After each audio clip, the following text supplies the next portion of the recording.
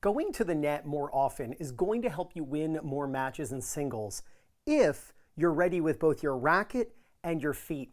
A lot of players, when they go forward, they hit an approach shot and they start attacking, they don't have the proper ready position, nor do they have the proper timing of a split step. I want to show you this point from the Hendy. It is a league down in Atlanta, Georgia. So thank you guys for letting me use your videos. And I want you to watch the player at the bottom of the screen go forward. He's a good player, but he doesn't have a ready position nor the proper footwork timing to be able to handle the passing shot from Curtis, the commissioner.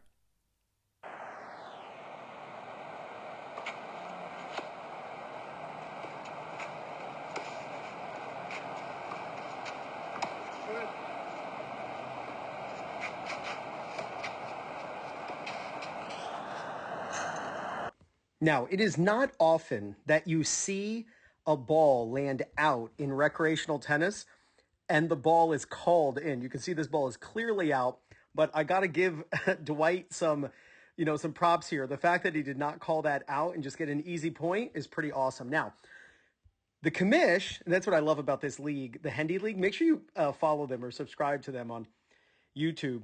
Check out the names, right? Kurt the commish, it's Curtis, the commissioner of the league. That's a Dwight idea. That's so good. But I want you to notice how Dwight at the bottom of the screen is approaching the net. But two things. Look first at his racket. Look how his racket is down. His arms are just, down. He is not ready in a ready position for this ball. And his split step is late. The proper timing of a split step should be between 0.2 and 0.25 seconds after the opponent hits the ball. And no, that's not just gobbledygook, right? I'm not making that up. It's because that's our reaction time to something visual. We want to synchronize our brain with when we react to the ball, visually, and our brain reacting, our reaction time to when our feet hit the ground. So we're trying to synchronize our feet hitting the ground with when our brain reacts to the ball. So we look at the contact right there. We'll just say that's the contact. And we put a timer down. Let's see when the split step occurs. So right there, that's basically the split step. So this is late. 0.29, that is too late. Let me show you what the proper timing of the split step should be. Now, this video is courtesy of Matt Lynn on YouTube. Make sure you subscribe to his awesome channel. I'll put his link in the description below. Now, this is Stanford versus UC Berkeley. And I want you to look at the player in black. He's coming to the net. First off, look at the racket up in front of him. His racket is not down, his left hand, right hand down on his sides, as we saw from Dwight, but the racket's actually up. Next, let's look at the timing of the split step. So let's go to the contact right there. We'll go right after contact. That's when the brain starts recognizing where the ball's going.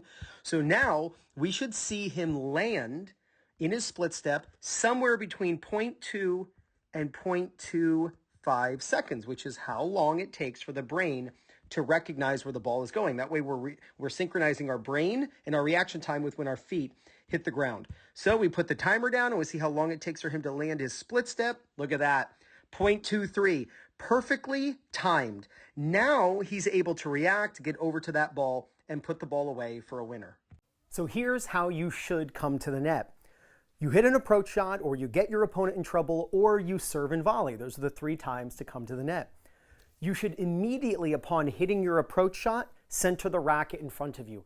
Get the racket centered. You do not want to come forward like this. Now, most players know that, and I'm sure Dwight knows that. Dwight would never teach somebody, hey, when you hit an approach shot, I want you to drop your arms like this as you come to the net. Dwight is a good player, and he knows not to do that, except myself, millions of tennis players around the world, we all do things unbeknownst to us, meaning we don't know that it's happening. And if we knew that it was happening, we would stop. So I guarantee you that's the last time Dwight will do this because he's a good player. I mean, he's coming forward. He's obviously honest because, he could have easily called that ball that did land out. And he said, no, it's in. Let's keep playing, which was so awesome. But Dwight, when you hit that approach shot, you've got to center the racket. It's like you could put a coin or balance a coin on the edge of the racket as you're running forward. The next thing is you want to make this move, and it's important that you time it correctly. So for all of you watching this video, if you have footage of a match you have played, I want you to look at the timing of your split step. When you're coming forward, make sure that you split step and land just after your opponent hits the ball. You do not want to land as they're hitting, because then your brain has to wait 0.2 or 0.25 seconds, which is a fifth or a quarter of a second. And what ends up happening is you then have a tough time breaking inertia from that point. We want to land and then move in the direction we want to go. And that's why we want to synchronize our brain and our reaction time, 0.2 to 0.25 seconds, with when we hit the ground, so that the moment we hit, we can go. You don't want to land too early. You don't want to land too late. You want to land just after your opponent hits the ball. So make sure you hit the approach, center the racket, and time the split step perfectly. That's when you're going to start winning more points when you go to the net. Now, if you'd love to learn new singles strategies that are going to help you win more singles matches, then I want you to check out the new rules of singles. It's a brand new online solution from Will Hamilton over at Fuzzy Yellow Balls, where he's teamed up with Craig O'Shaughnessy, the leading stats guy in the world for both men's and women's singles and doubles.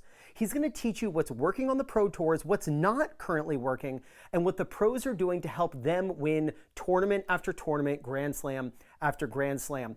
You can pick up the new rules of singles two ways. One, you can just pick up the Fuzzy Yellow Balls app in the App Store, or you can use my link. I'm going to put it in the description, also pinned in the first comment. And if you're looking for people in your local area to play matches against or practice with, or you want to find a coach who's close to you who can help you with your game, then use my link for Player Court. And it's playercourt.com/2minutetennis. When you use my link to sign up, you get 50% off.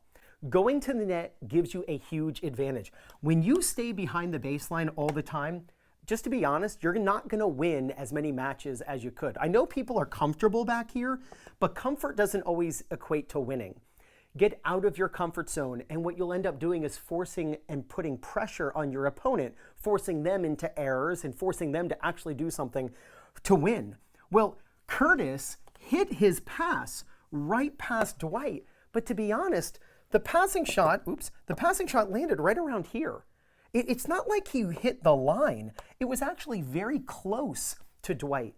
But because Dwight's arms were down and not ready, in a ready position, and because his split step was late and not timed properly, the ball easily went past him. So Dwight, you make those two changes and there is no doubt you're going to gain confidence, win more matches, and play much better tennis.